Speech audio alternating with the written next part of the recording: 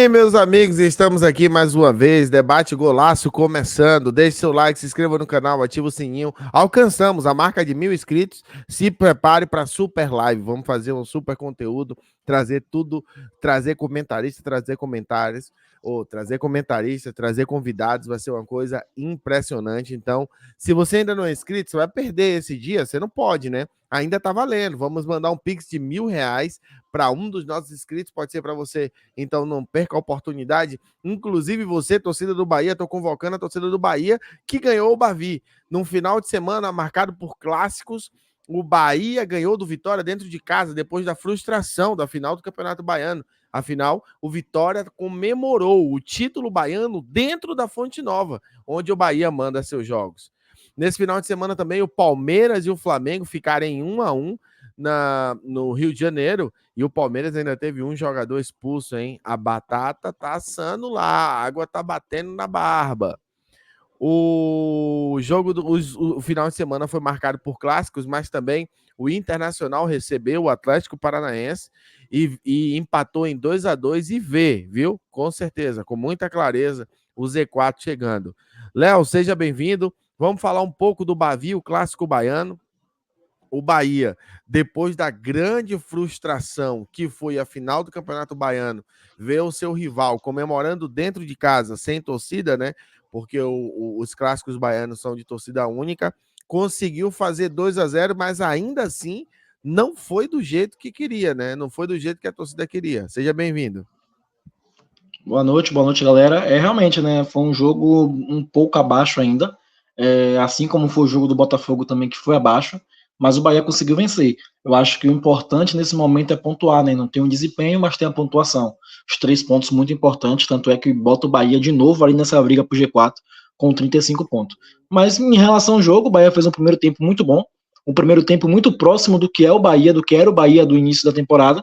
E o segundo tempo baixou as linhas e acabou tomando um sufoco ali do Vitória.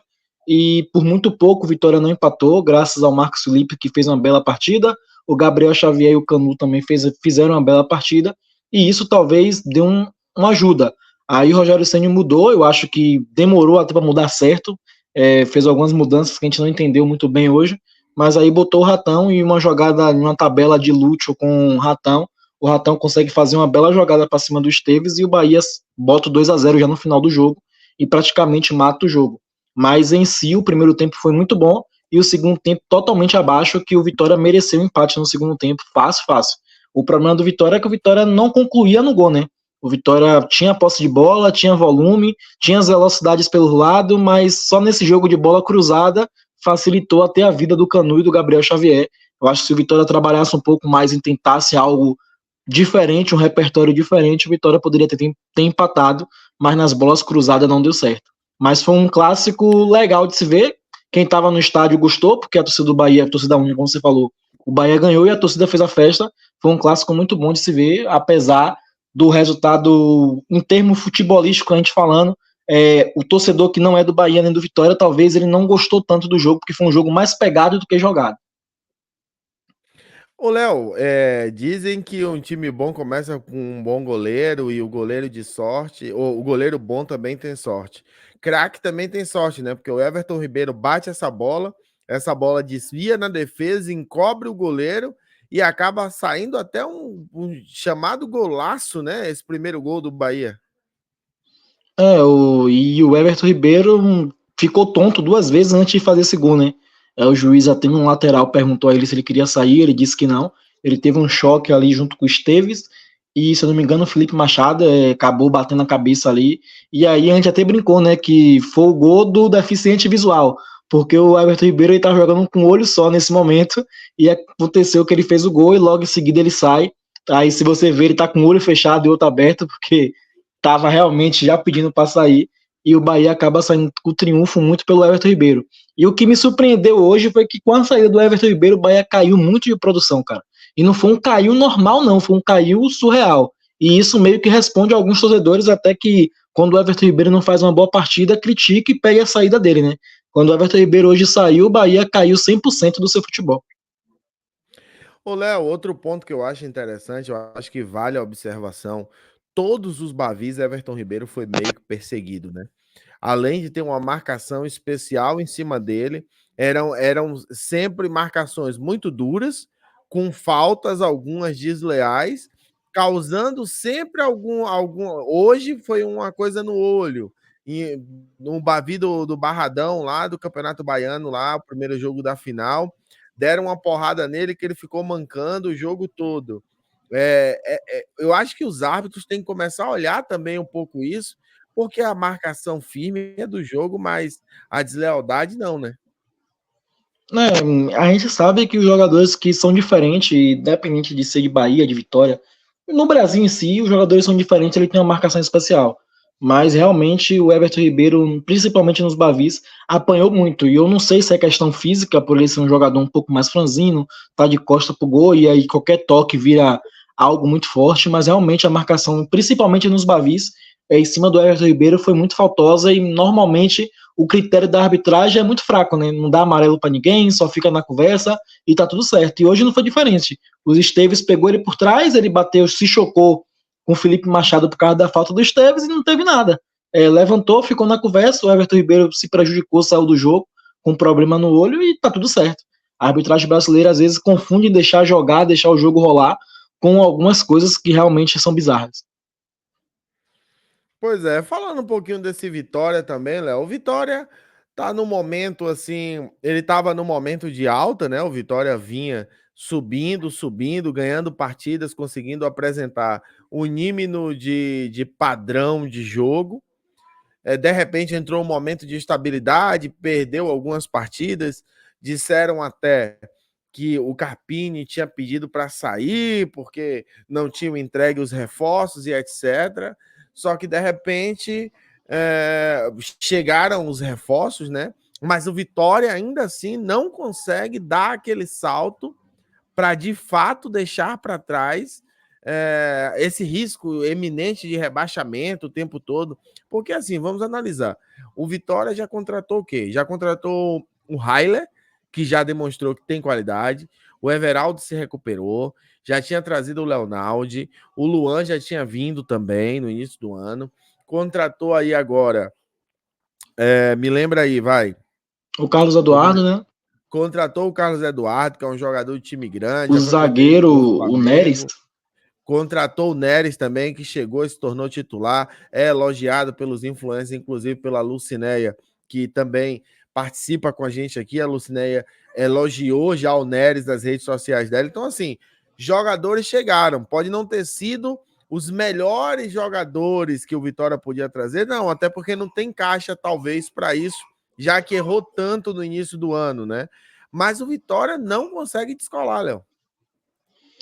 O Vitória ele faz resultados, a gente até falou que o Vitória ia precisar fazer resultados, mas a galera de trás também faz e acaba ficando esse negócio meio que chato, né? O Vitória hoje está a 1 ponto da zona. Em termos de contratações, eu vou ser sincero, hoje o Vitória fez um jogo bom, um jogo digno de um time de Série A. O problema do Vitória está na parte ofensiva, o Vitória não consegue criar. O Vitória marca muito bem, tomou um gol no primeiro tempo, muito mais por sorte do chute do Everton Ribeiro, coisa, porque o Bahia teve a posse de bola, o Bahia teve aquele jogo do Bahia chato até de se ver às vezes, de muito toque, porém não conseguia entrar na zaga do Vitória porque estava muito bem encaixado. O Machado fazendo uma bela partida, o Railer fazendo uma bela partida, a defesa do Vitória, tanto neles como o Wagner Leonardo também fizeram uma boa partida, mas quando chega na parte ofensiva, o Vitória não consegue fazer um jogo ofensivo, então é complicado, cara. É complicado você ter um time e você não conseguir fazer um jogo ofensivo com esse time. O Janderson praticamente é um a menos. Hoje o Oswaldo ele estava em rotação muito menor do que ele é. Então, assim, o Alejandro nem se fala. A gente fala do Alejandro aqui desde o Campeonato Baiano. Então, acho que a parte ofensiva do Vitória acaba prejudicando ele. Time que não faz gol não ganha jogo. Então, é mais ou menos isso aí. E o que aconteceu com a defesa do Vitória, né? Porque com o Léo Condé, principalmente no início do ano, parecia que Wagner Leonardo e Camutanga era intocável. Seria a melhor defesa do Campeonato Brasileiro, os caras que já jogam junto desde não sei quando e fizeram uma Série B brilhante, etc. De repente, Carpini entra, coloca Camutanga em suspeita. Bruno Vini, que é um jogador que joga muito pouco, entra também, faz algumas partidas, mas chega o Neres aí agora e parece que chegou, assim, parece que chegou um titular. O Neres hoje eu acompanhei de perto, é um zagueiro muito bom, tá? É bem na bola alta, é bem no chão, é duro, é firme. E é isso aí, o Camutanga também era isso tudo, mas infelizmente se machucou e tá fora. O Bruno Vini, desde a chegada, a gente aqui já tá comentando que não é o cara para se confiar, né? O Bruno Vini que se machuca muito. Acho que também passa pelo goleiro, né? O goleiro viveu uma boa fase do Vitória. O Lucas Arcanjo, principalmente na Série B, salvou o Vitória de tomar muito gols. Na Série A, o Lucas Arcanjo já tá meio que alguns jogos erra demais, alguns jogos até perde por falha dele. Então também passa por isso. Acho que a defesa do Vitória, quando chegou na Série A, viu que a realidade era outra, a rotação é outra e tá tentando se acertar. E não é só a defesa, não é só os dois zagueiros e o goleiro. É a linha defensiva toda, é o lateral, é o volante. Então o Vitória hoje está tentando se acertar novamente.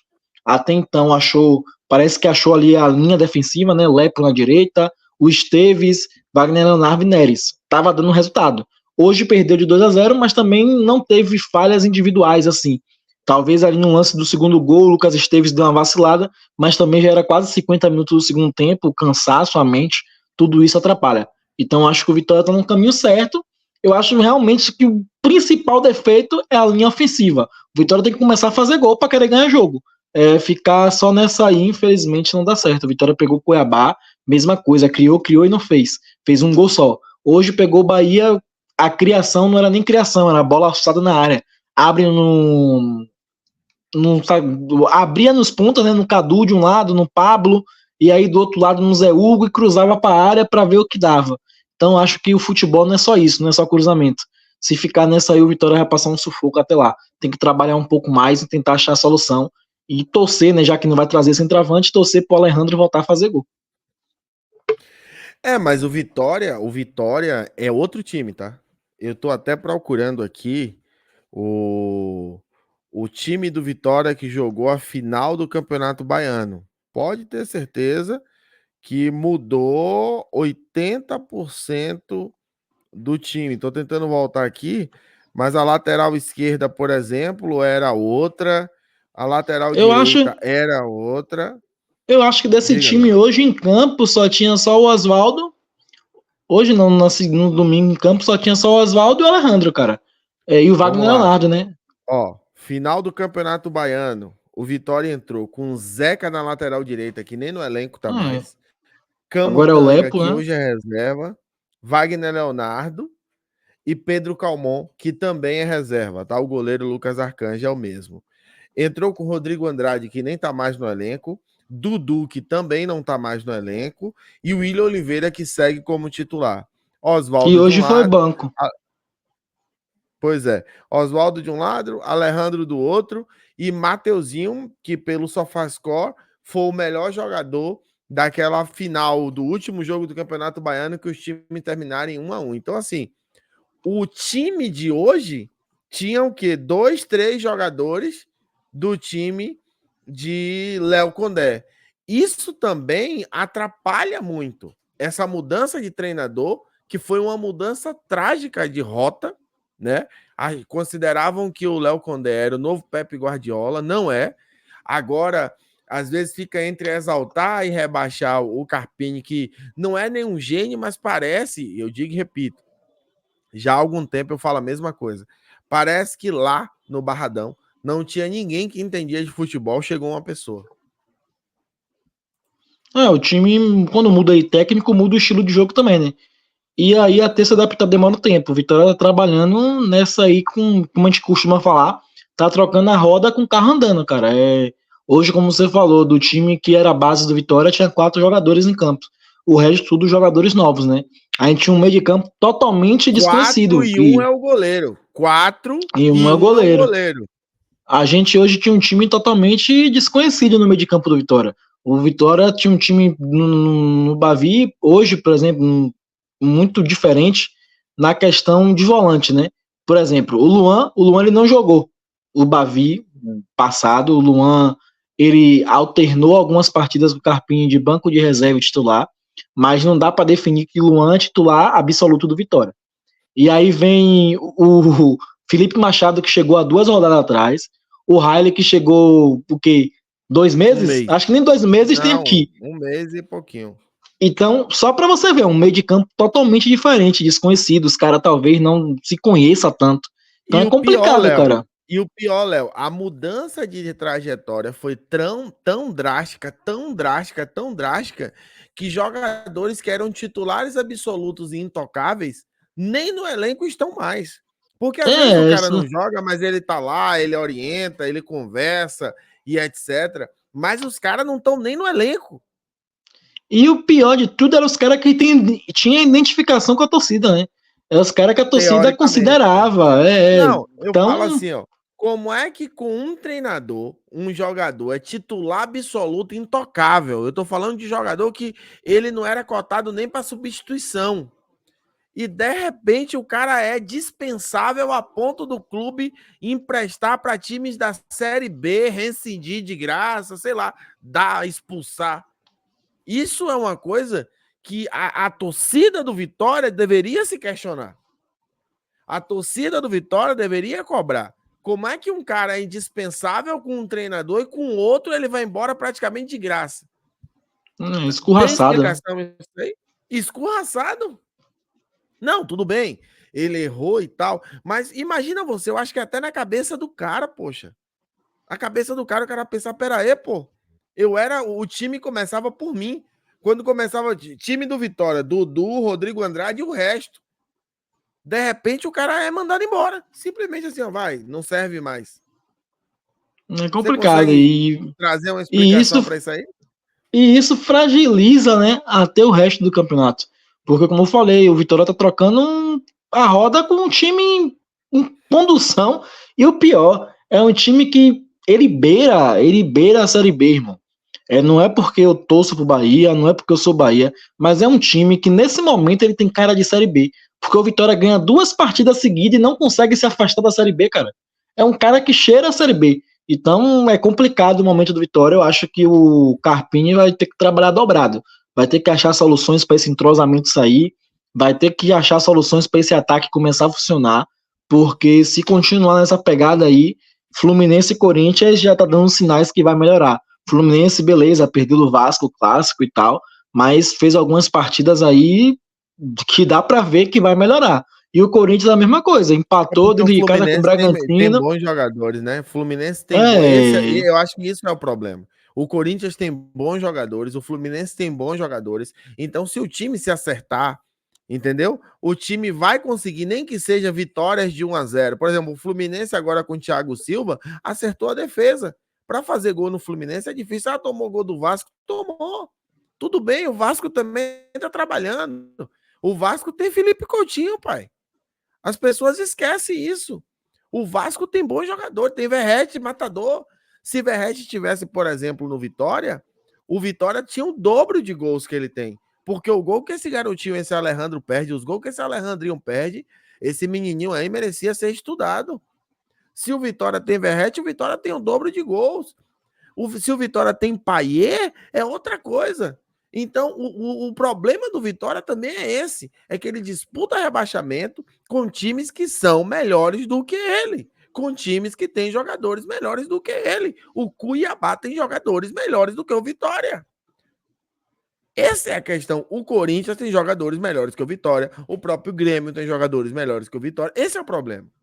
E o Vitória tinha que ganhar no coletivo, na experiência, entendeu? No tático. O problema é que os caras não sabiam disso.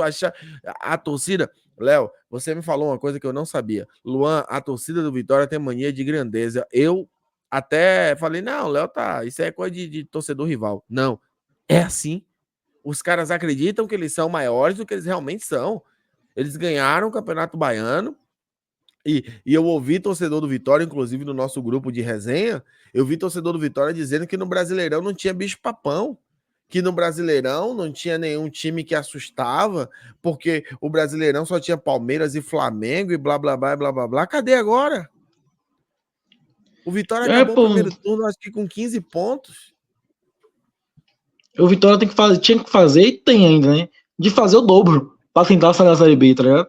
Vitória começou triplo, o campeonato, né? Porque o Vitória vai precisar fazer 30 pontos para chegar nos 45. nos Então é 45. Então, 2 vezes o dobro. é o dobro. E, tipo, a gente olha pro Vitória e não vê o Vitória ganhando 10 partidas no Campeonato Brasileiro. Agora são 8, né? Ganhou 2. A gente não vê isso, cara. Porque, infelizmente, a rotação é outra. E o Bavi foi mais uma prova que a rotação é outra. O Vitória tem volume, o torcedor assiste o Vitória e fala, pô, agora vai. O torcedor do Vitória fala, vamos virar. Mas não tem, cara. Quando chega na parte final, no terço do campo, ninguém faz gol. O Vitória toma gol que nem tomou do Bahia em um contra-ataque, cara. Você com faltando 1 minuto para acabar, todo mundo na defesa e o Vitória toma um contra-ataque e sai o gol. O Vitória toma um gol que a bola bate todo mundo e entra. Então, tipo assim, a sorte também tá conspirando contra. É muita coisa acontecendo ao mesmo tempo. Então, como eu falei, esse time do Vitória cheira a Série B. Vai ser um milagre se salvar. Até porque, Léo, os jogadores que a gente pode dizer que são bons do Vitória, né? Ou são jogadores que já passaram do auge da sua carreira, ou são jogadores que ainda não se provaram. Eu vou dar alguns exemplos, tá? Por exemplo, Oswaldo. Já passou do auge da carreira dele. No auge da carreira dele, ele foi jogar no México, ele jogou no São Paulo, enfim, ainda ele voltou, deu um último caldo no Fortaleza, e agora o Oswaldo está na fase mais descendente da carreira dele, talvez jogando os últimos anos. Oswaldo não pode recuperar o Vitória. Aí tudo bem, Mateuzinho. Pô, Mateuzinho é um jogador legal, mas não se provou ainda. É a primeira vez na carreira do Mateuzinho que ele tá jogando uma Série A. Então, você querer cobrar demais do Mateuzinho é até, sei lá, injusto com o garoto, com o rapaz, né? É injusto. Aí o Lucas Esteves, jovem também, mas também não se provou ainda. Parece que vai ser um bom lateral, né? Até um pouquinho acima da média, vai ser um lateral nota 6, nota 7, vai ser melhor do que muitos que jogam aí. Eu acho que ele vai ser melhor do que o René, por exemplo, que tá lá no Internacional. Mas é um jovem também, tá, sabe? Precisa se provar ainda, acho que também é o primeiro ano de Série A dele. Então, você querer exigir muito desses caras é difícil. Aí, esse são talvez os melhores jogadores do Vitória, junto com Wagner Leonardo, que também é um jogador que ainda não se provou 100% em alto nível. Chegando a esse assunto, mais ou menos, a entrevista pós-jogo do Zé Hugo meio que prova isso, tá? O Zé Hugo foi cobrado porque ele perde um gol, que ele tenta dar uma cavada, e eu acho que a gente julgar aquela jogada do Zé Hugo é meio que besta, porque acho que 90% de qualquer pessoa que joga na frente, joga no ataque, ia tentar a mesma jogada, ele deu azar que a bola bateu na trave e ele acabou perdendo o gol. Mas ele foi perguntado... Acho que não é nem tentar, Léo, eu acho que ali não é tentar a jogada. Eu acho que era uma das únicas opções que tinha que fosse mais possível de fazer o gol, porque se ele bate rasteiro também era mais chance de ir para fora. Ou ele ia ter uma qualidade que ele não tem de fazer o arco na bola com ela rasteira, mas aí, pô, são poucos jogadores que conseguem fazer. E ele fez o que dava, né? E o torcedor acabou cobrando, a imprensa também. E ele responde de uma forma que eu achei até meio que não é imatura, é meio que ingênua, né? Ele fala, meu primeiro ano de Série A, eu tô me provando agora que eu posso ser um jogador de Série A e eu tô chegando nessa prateleira agora, eu vou errar, é normal. E meio que eu falei, pô, o cara joga um clube de Série A, do tamanho do Vitória, tá? E meio complicado o cara dar uma entrevista dele. Mas por outro lado, por outro lado, eu entendi que ele realmente foi consciente. Ele falou, cara, é meu primeiro ano na Série A, eu tô me provando, eu nem jogo direito, quando eu entro, eu tento fazer para ver se dá certo. Então, é mais ou menos isso, né? O torcedor Vitória tem que cair na realidade que alguns desses jogadores não tem essa prateleira de Série A ainda. E é isso. É tentar se manter e ano que vem consertar os erros. De outro lado, Léo, a gente vê esse Bahia, o Bahia que tem força no mercado para trazer um Luciano Rodrigues, por exemplo, né, que já montou um elenco forte, que tem bons jogadores, mas esse estilo de jogo de Rogério Ceni parece que deu uma estagnada, né? Parece que o Bahia não é que tá ruim, mas parece que parou de crescer. Cara, eu não sei se parou de crescer. Eu acho que o Bahia ele começou a pegar times que praticamente estudou. Como eu falei, o primeiro turno acabou. Eu perdi de um time no primeiro turno, vou jogar com ele no segundo. Eu não vou cometer o mesmo erro que eu cometi no primeiro. Então a galera já percebeu que tirar a bola do Bahia é importante. Se a gente conseguir neutralizar alguns jogadores desse meio de campo, é importante. E isso que tá acontecendo, né? O Bahia, quando pega times, vou supor, o Vitória no Bavi agora, o Vitória no primeiro tempo, principalmente, deu a bola ao Bahia, o Bahia dominou. O Botafogo, quando perdeu um jogador quarta-feira, deu a bola ao Bahia, o Bahia dominou. O Fluminense, quando fez o gol e veio pro segundo tempo todo recuado, o Bahia passa a dominar. Só que aí tem outro fato que é muito próximo do Vitória, do Bahia. É a parte ofensiva. A parte ofensiva não tá funcionando mais. Cauli não faz mais gols, Tassiano não faz gol, Everaldo não faz gol. Então o Bahia também começou a sofrer com essa linha ofensiva, né? Toca, toca, toca, e quando a bola de finalizar cai para esses caras não conseguem marcar. Então, muito disso também. E aí a paciência do torcedor vai embora, porque o torcedor vê o time que nem o City lá, tocando, tocando, tocando. E a gente não tem nenhum De Bruyne para chutar, quem chuta é Jean Lucas, aí fica difícil, né? Mas eu acho que o Luciano Rodrigues ele vai acabar entrando de titular e eu acho que quem vai sair é o Everaldo. Eu acho que essa é a ideia de Rogério Ceni, tanto que o Luciano ele entra com liberdade, que ele faz uma jogada pelo meio, que ele sofre a falta e no lance do gol ele já tá fazendo uma jogada mais lateralizada onde estaria o Everaldo. Então eu acho que de alguma forma Rogério Ceni está ensaiando tirar Everaldo do time. Ele só não tira de cara para não ser aquele negócio chocante que pega mal com o grupo, enfim. Mas eu acho que o Luciano Rodrigues vai entrar, só que ele vai entrar de uma forma diferente, com mais liberdade para centralizar o jogo. Everaldo tá jogando muito ali do lado direito e quem fica com essa liberdade de entrar na área é Tassiano. E tem dado certo até dado momento, até que todo mundo percebeu que Tassiano estava entrando por ali. Tassiano não é centroavante, é diferente de Luciano Rodrigues, que é centroavante. E mesmo que o zagueiro perceba, ele vai ter jogo de corpo, ele vai ter força física para poder ir para o combate e fazer os gols que o Bahia precisa, né? A esperança da gente é o Luciano mesmo, né? O Everaldo não está passando por um bom momento, já teve seus bons momentos, mas hoje ele cumpre mais um papel tático do que um papel que o torcedor gosta de ver, que seria os gols, né? Ele cumpre esse negócio de marcar até o final, de brigar por todas as bolas, mas infelizmente a parte ofensiva, que é do gol, ele não está cumprindo. E isso está complicando a gente em alguns jogos. E o Luciano, ele tem um negócio um pouco diferente, parece que o Luciano tem uma gana maior. É um cara que sempre procura finalização. Hoje é o Bahia que não finaliza, mas você tem um cara hoje no elenco que finaliza, que é o Luciano, tá? O Luciano, todos os jogos que ele entra, no mínimo ele dá 2 chutes no gol e ele não tá jogando 90 minutos. Então, é o que o Bahia precisa hoje, é a finalização. Então, acho que tá no caminho certo e também eu vejo com esses olhos que se o Rogério Ceni ele não inventar muita coisa, o Luciano vai entrar no lugar do Everaldo facilmente. E aí a outra disputa seria ali Biel no lugar do próprio Tassiano. É o Biel que mudou um pouco também o jeito de jogar. Hoje, principalmente, é um cara que vota mais participativo. Então, assim, o Rogério no começo da temporada reclamava do Biel porque o Biel ele não cumpria essa função. O Biel começou a cumprir. E na parte ofensiva o Biel está entregando. Então, acho que hoje a possibilidade é muito grande do Biel tomar essa vaga do Tassiano daqui a 2, 3 rodadas. Porque ele está cumprindo o papel que o Rogério Ceni cobrava e entrega ofensivamente, coisa que Tassiano não está mais entregando. Pois é, Léo. Com o triunfo de hoje, o Bahia está ocupando a 7ª posição do Campeonato Brasileiro com 35 pontos, cara. A tabela do Campeonato Brasileiro, o G4 é formado pelo Botafogo, pelo Fortaleza, Flamengo e quem fecha o G4 é o Palmeiras, o 5º colocado é o São Paulo, com 38 pontos, mesma pontuação do Palmeiras.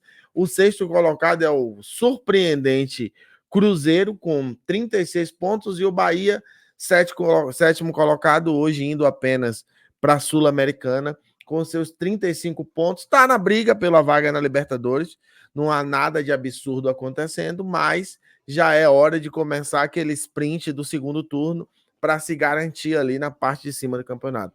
Léo, vamos fazer um giro na rodada do Campeonato Brasileiro. Semana, né? O Botafogo, apesar de estar em primeiro colocado, tomou uma porradinha de 3-2 em 5 minutos. É aquela coisa, né? Uma hora o campeonato vai lá, faz uma vitória. Será que o Botafogo não aprendeu com o passado, não? Cara, foi um resultado surpreendente, tá? Ninguém esperava esse atropelo. Chegou um momento que o Juventude estava dando 3-0. Então, o Botafogo tomou aí uma porrada hoje, já tinha tomado uma porrada do Bahia na quarta, tem que ligar o alerta para não ser o Botafogo do 2023, né? Eu acho que isso o torcedor já fica um pouco preocupado, porque o Botafogo 2023 também foi assim, foi perdendo, e acabou se perdendo no campeonato e não conseguiu conquistar o título.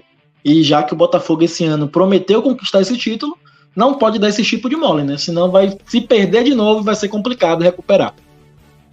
Pois é, nessa mesma levada aí de inesperabilidade, a batata de Abel Ferreira continua fervendo e o Palmeiras apenas empata com o Flamengo em 1-1. Olha, o ex-Gabigol entrou no jogo, jogou 12 minutos, 0 gol, 0 assistência, 0 passe, não fez nada.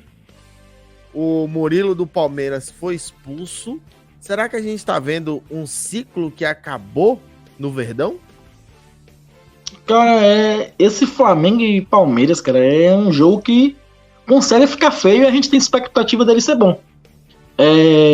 Teve 4 partidas esse ano, 2 empates. Ferreira contra Tite, você tá esperando um jogo bom? Você tá de brincadeira com o futebol, rapaz. São 4 partidas esse ano, né? E são uma vitória para cada e 2 empates. A vitória da Copa do Brasil, 2-0 Flamengo, atropelou o Palmeiras. A vitória da Copa do Brasil no jogo de volta, 1-0 Palmeiras. A gente pode dizer que o Palmeiras atropelou o Flamengo jogou só pelo resultado. E esses 2 jogos, 2 empates, 2 jogos horríveis, horrorosos de assistir. Não que os outros não tenha sido bom, também foram feios, mas teve gols. Esses aí foi meio complicado. Mas é isso, o Abel tá cada dia mais caindo no conceito do torcedor e descendo. A qualquer momento a crise vai chegar a um ponto que a tia Leila vai ter que tomar uma decisão, né? E o caso do Tite é a mesma coisa. O torcedor, mesmo com o Flamengo pontuando, o Flamengo classificando em Copa do Brasil, o torcedor não tá satisfeito com o Tite. O Tite não consegue botar esse conjunto estrelado para jogar e isso no Flamengo é complicado. O torcedor vai chegar a um ponto também que a diretoria do Flamengo vai ter que tomar uma decisão com o Tite, porque o Tite está fugindo completamente da tradição e do estilo de jogo que o torcedor quer ver o Flamengo jogar. E aí é um ponto importante. Você quer ganhar feio ou você quer jogar bonito e não ganhar? Mas parece que no Flamengo é próximo do ganhar, jogar bonito e não ganhar. Ninguém quer jogar feio, não. Pois é, o São Paulo do Zubeldia, o Super São Paulo, foi lá e fez um 1-0 básico protocolar no Morumbi em cima do Atlético Goianiense. E parece que o Atlético Goianiense, olha, já tá na Série B, Léo. O Atlético Goianiense mudou de técnico, Wagner Mancini e tal, vamos bancar de fósforo, vamos animar, e nada. Eliminado da Copa do Brasil, agora mais uma porrada, tá se afundando, praticamente, na minha visão, já é um time que carimbou seu passaporte pra Série B, já é um desses que vão cair. E o São Paulo, cara, a galera da parte de cima tem que ligar alerta pra esse São Paulo. O São Paulo, ele faz partida como se estivesse dormindo, não quero nada, aonde eu ficar tá bom, e tá subindo. O São Paulo já tá lá em cima, no G6, né? Na escaladinha dele para buscar. Se você puxar o retrospecto dos jogos do São Paulo, são vitórias assim de 1-0, 2-1, jogo feio, jogo morninho, mas tá chegando. O morto tá se disfarçando de morto e tá chegando. Eu acho que a galera de cima tem que começar a se ligar com o São Paulo aí. O Internacional, cara, que eu só vejo notícia ruim do Internacional. É só jogador que foi embora, é só jogador que quer ir embora. Vendeu o Busto essa semana, o lateral direito, pro River Plate, beleza, vendeu por um bom preço. Vendeu mais caro do que comprou depois de usar por 2 anos. O River Plate que tá investindo, contratou o Marcelo Gadiardo de volta. Mas a notícia que vem é que o Ené Valencia quer ir embora. O Ené Valencia não tá fazendo gol, não tá jogando bem. O Borré não faz gol e agora tá machucado. Vai ficar 1 mês de fora. O Internacional tá a 1 ponto da zona do rebaixamento. Eu vou te corrigir, você disse que o Vitória tá a 1 ponto da zona de rebaixamento, não. O Vitória tá empatado em pontos com o Corinthians, 21 pontos, e só tá fora do rebaixamento por critérios de desempate. Mas ele já tá com pontuação de Z4. E o Inter tá com 1 ponto apenas do Z4, só que o Inter tem 5 partidas a menos, mas assim, o Inter que começou o ano estrelado, contratando grandes jogadores, hoje tem talvez seus principais jogadores machucados, com exceção do Wesley, e tá aparecendo lá um garoto de muita qualidade, chamado Gabriel Carvalho, que inclusive foi a segunda melhor nota do time, com 8.0, mas ficou no 2-2 com o Atlético Paranaense.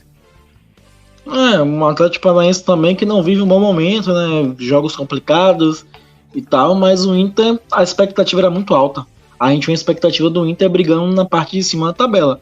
E o Inter, infelizmente, mesmo tendo 5 jogos, 15 pontos para ser disputado, o problema é que você tem que ganhar os 5 jogos, né? E a gente não vê o Inter ganhando de ninguém, é difícil mesmo. É uma dependência enorme em cima do Wesley, e o resto do elenco não joga bem, o Ener Valencia não joga bem, como você citou, o Borré também não joga bem.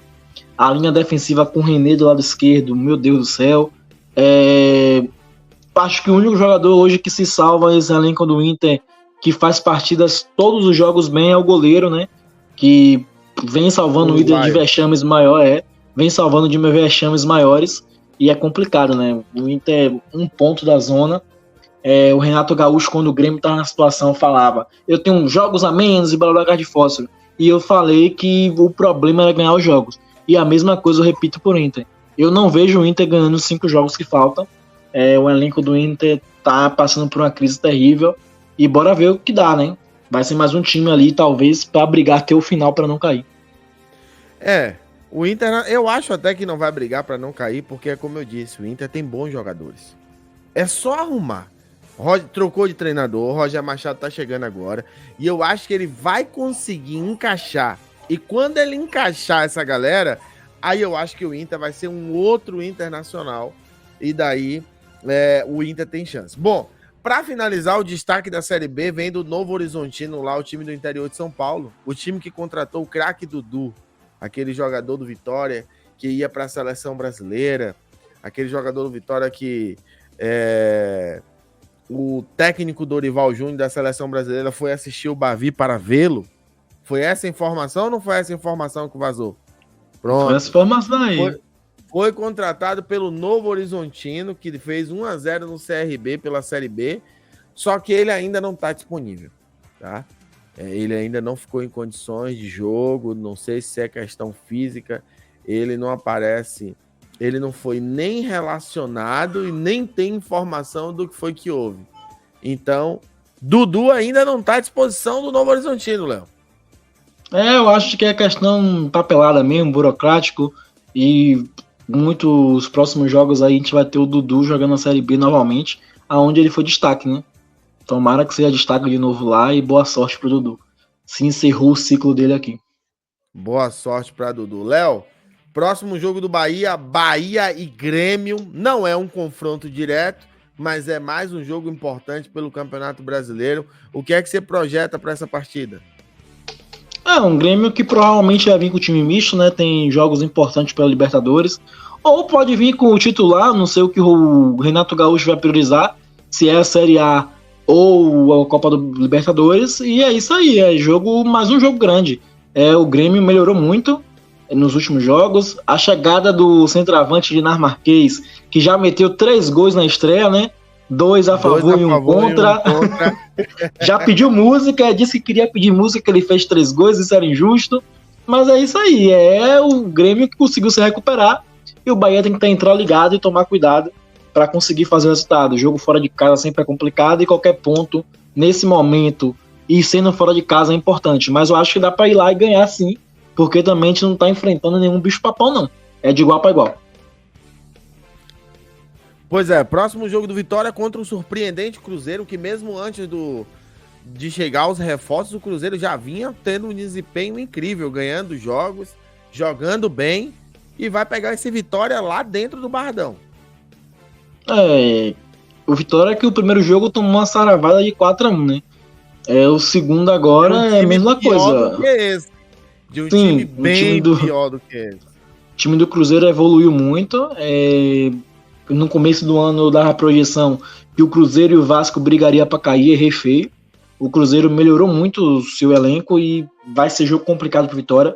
Mas é como eu falei, o Vitória tem que esquecer tudo e tem que pontuar, tem que fazer os 3 pontos, tem que ganhar o jogo.